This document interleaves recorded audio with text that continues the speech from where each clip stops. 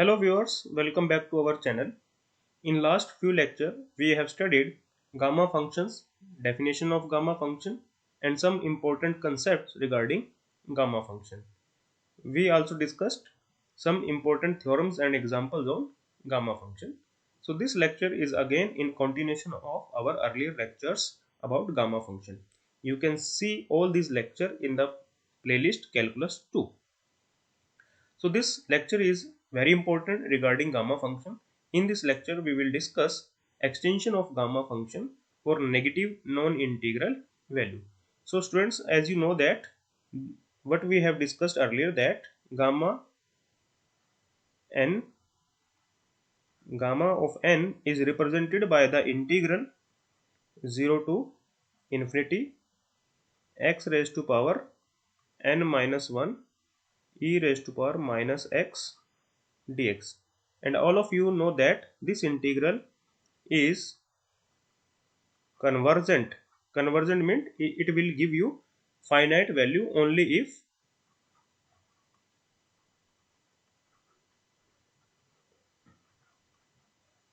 n is greater than 0. So this is the representation of gamma function as integral. Okay, but gamma function is more than that, this integral. Okay, so that's why we are going to discuss the extension of gamma function. So students, so let's write two important properties of gamma function. You know that gamma of 1 is 1 and gamma of n plus 1 is n gamma n. So these two properties of gamma function resembles with the important properties of factorial notation. So if n is a natural number, then you know that if n is equal to 1, then 1 factorial is 1. So this property match with this property. Okay, and similarly this recursion relation is true for factorial, because n factorial is n into n minus 1 factorial. Okay, so these two properties resembles with each other. That's why the gamma function is nothing but the generalization of factorial notation. So you can redefine gamma function as a function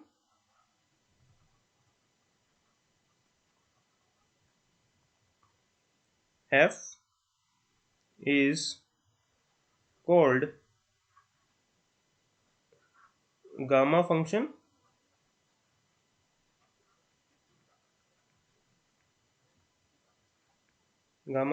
if number 1 f of 1 is 1, number 2 f of x plus 1 is x fx, and you can extend this definition over complex numbers also.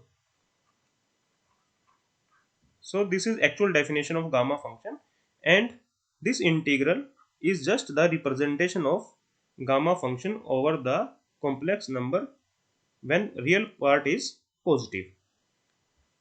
So what does it mean? It means that this is the actual definition of gamma function, and this integral is just the representation of gamma function when real z is greater than 0. So gamma n, or you can write this as for complex number 0 to infinity x raised to power z minus 1 e raised to power minus x dx, and this is the representation of gamma function for real z is greater than 0. It means the real part of that complex number must be positive. Then you can write the gamma function as this integral. So be very clear about gamma function, that this integral is just the representation of gamma function for those complex number whose real part is greater than 0. Okay, this is the general definition of gamma function. Okay, so by using this definition, we can extend the definition of gamma function over negative numbers. Okay, so next we discuss extension of gamma function for negative numbers. Okay, you know that gamma of n plus 1 is n times gamma n. So if we put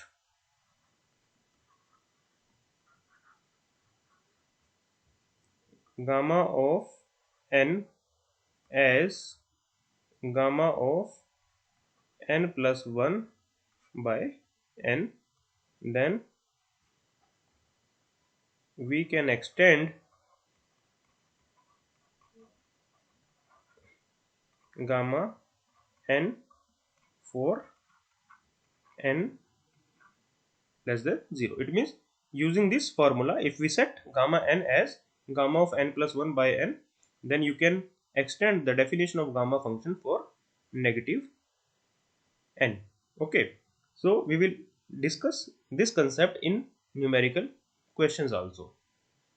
So let's apply this formula for negative integers.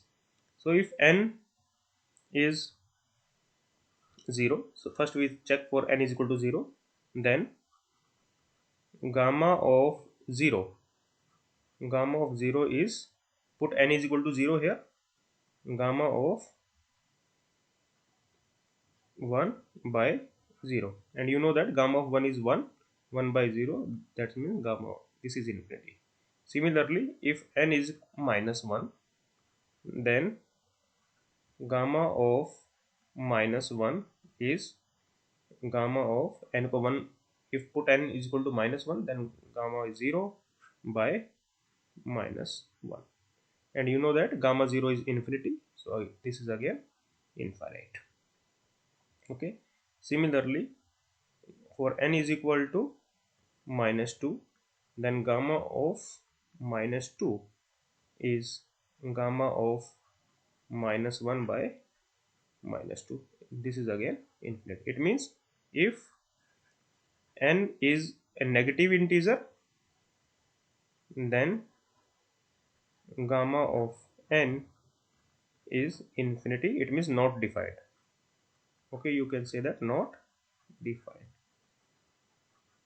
Okay, so let's discuss other cases also. If minus 1 less than n less than 0, it means n is a negative number lying between 0 and minus 1.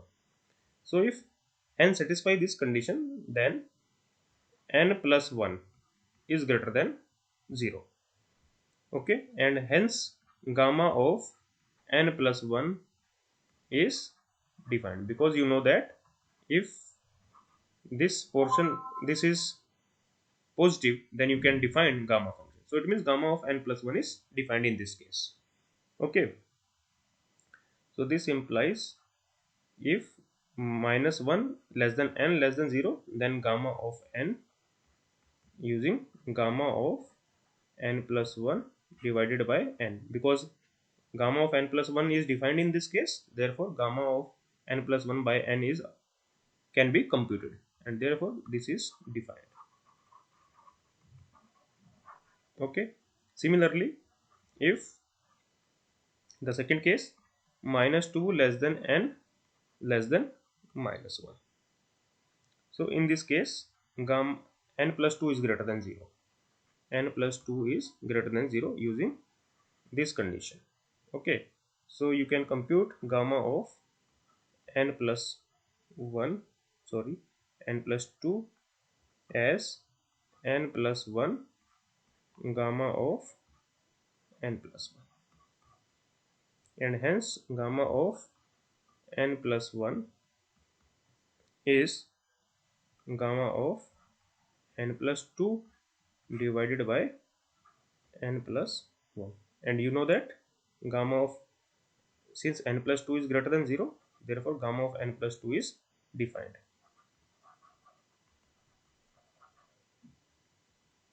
Okay, so in this case you can define for minus 2 less than n less than minus 1, you can compute gamma n using this relation. Okay, so in this way you can define gamma for every negative n, but n should not be negative integer, because for negative integer we have already computed that gamma of n is infinity. But if n is not an integer but n is negative, then you can compute gamma for negative values. Okay students, so now we will apply this extension of gamma function to negative values to some numerical question. So first is compute gamma of minus 1 by 2. Okay, using this definition. So what we will use? We will use that gamma of n is gamma of n plus 1 by n. So this is the extension of gamma function to negative values. Okay, so apply this formula. Gamma of minus 1 by 2 is gamma of minus 1 by 2 plus 1 divided by minus 1 by 2. Simplify this. So this goes in the numerator minus 2, and here we have gamma of minus 1 by 2 plus 1, that is 1 by 2. And you know that the value of gamma 1 by 2 is root pi. So this is minus 2 times root pi. Now we can compute similarly minus gamma of minus 3 by 2 using again this formula. So what we have, gamma of minus 3 by 2 plus 1 divided by minus 3 by 2.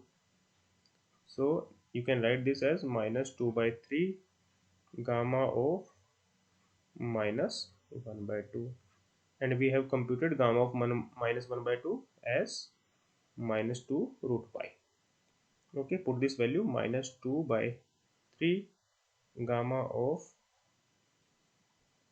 let me put the value just minus 2 times root pi. Simplify this, 4 by 3 root pi. Now you can find gamma of minus 5 by 2 also. Again using this formula, gamma of minus 5 by 2 plus 1 divided by minus 5 by 2. Simplify this as minus 2 by 5 gamma of minus 3 by 2. So put the value of gamma minus 3 by 2, this one. So minus 2 by 5 gamma of minus 3 by 2 is 4 by 3 root pi. So this comes out to be minus 8 by 15 root pi. Continuing like this, we can compute gamma of minus 7 by 2. Okay, so this is gamma of minus 5 by 2 upon minus 7 by 2. So this is nothing but minus 2 by 7. Gamma of minus 5 by 2 is minus 8 by 15 root pi. So this is 16 by 105 root pi. And you notice that alternatively we are getting positive and negative values. This is negative, this is positive, again negative, and again positive. So this is the last. Minus gamma of minus 9 by 2 is gamma of minus 7 by 2 divided by minus 9 by 2. So gamma of put the value minus 2 by 9, put the value of gamma minus 7 by 2, that is 16 by 105 root pi.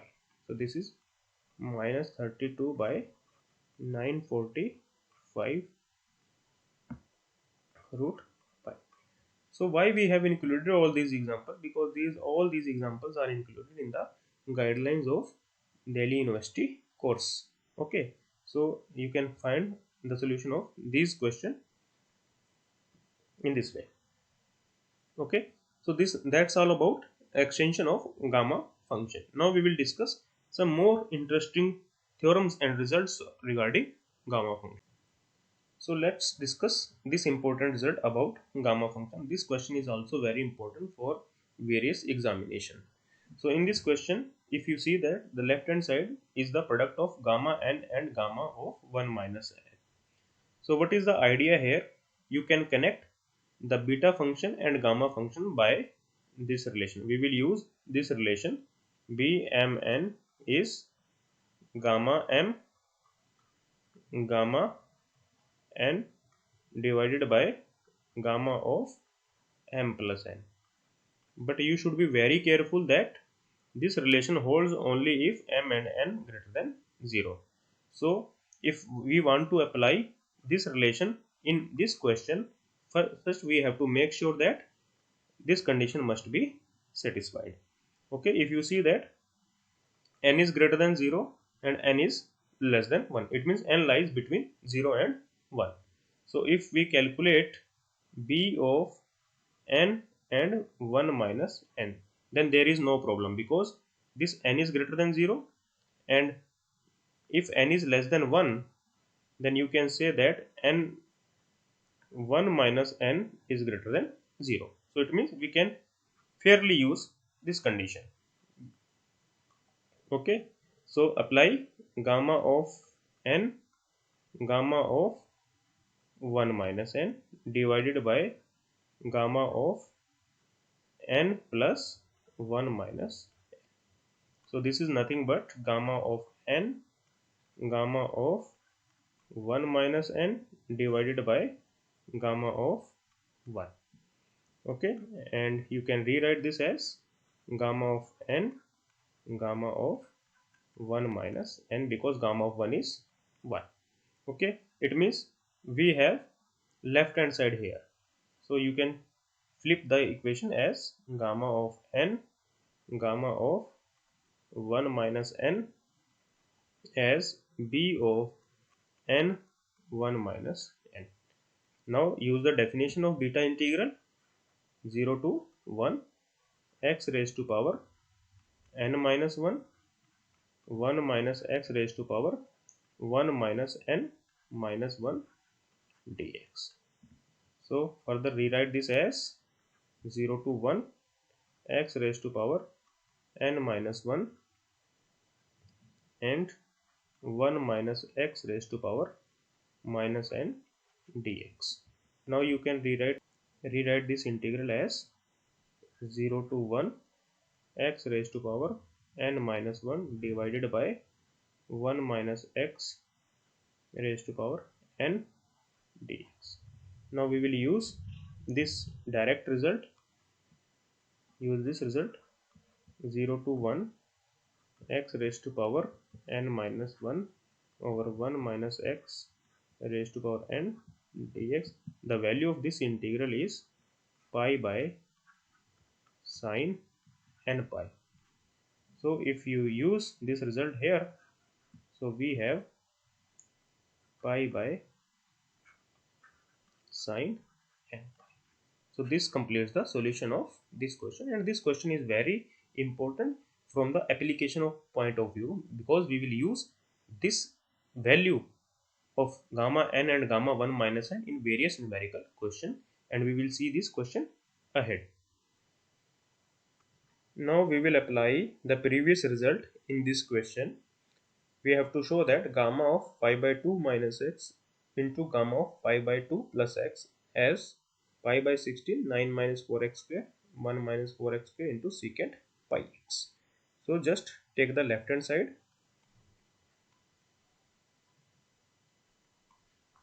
gamma of pi 5 by 2 minus x into gamma of 5 by 2 plus x. Just expand using this relation, gamma of n as n minus 1 gamma of n minus 1. Okay, so 5 by 2 minus x minus 1 gamma of 5 by 2 minus x minus 1.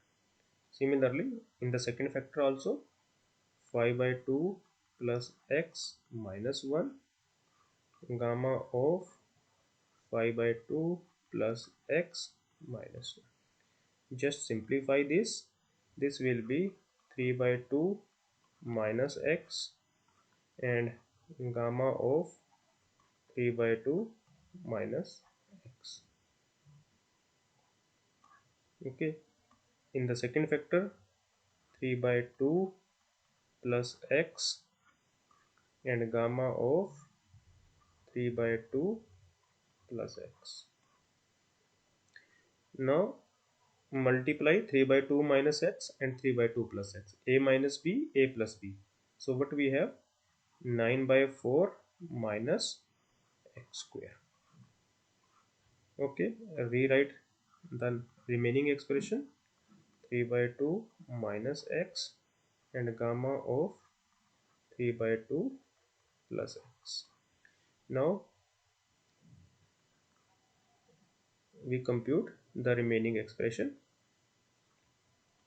9 by 4 minus x square as it is. Now apply the same formula to this factor. So what we have, 3 by 2 minus x minus 1 and gamma of 3 by 2 minus x minus 1. Similarly, apply this formula, 3 by 2 plus x minus 1 and gamma of 3 by 2 plus x minus 1. Further simplify, 9 by 4 minus x square as it is. So this will be 1 by 2 minus x gamma of 1 by 2 minus x, and this will be 1 by 2 plus x and gamma of 1 by 2 plus x. Okay, again multiply these two terms using a minus b, a plus b, 9 by 4 minus x square. This will be 1 by 4 minus x square. Now remaining portion is gamma of 1 by 2 minus x and gamma of 1 by 2 plus x. If we see that if we put 1 by 2 minus x as n, then 1 by 2 plus x will be 1 minus n. Okay, so this portion is nothing but this is, if you see that this portion is gamma of n into gamma of 1 minus n. Okay, so you can use the previous result here.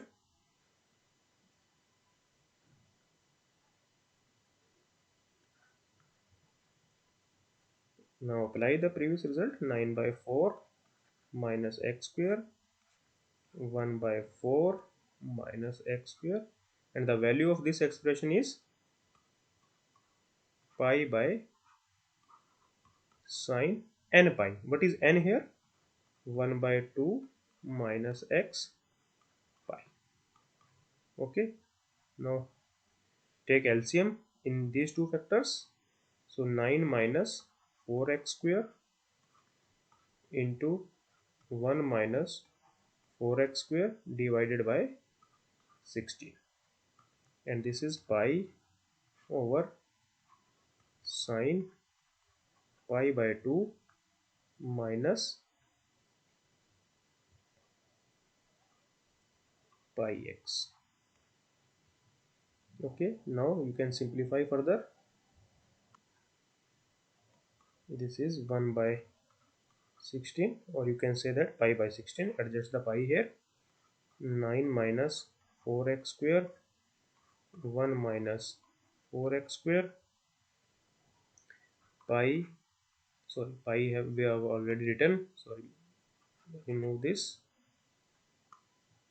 1 minus 4x square, pi we have already written, so 1 by sine 90 minus theta. 90 minus theta, that is cos theta, so this is cos pi x. So you can write 1 by cos pi x as secant pi x. So this is pi by 16, 9 minus 4x square, 1 minus 4x square into secant pi x. So this completes the solution of this question as well as the today's lecture. Okay students, thank you for staying with us. Hope you have enjoyed the contents of our channel. Please don't forget to share and subscribe. Thank you, and we will be next time with more questions on integral calculus.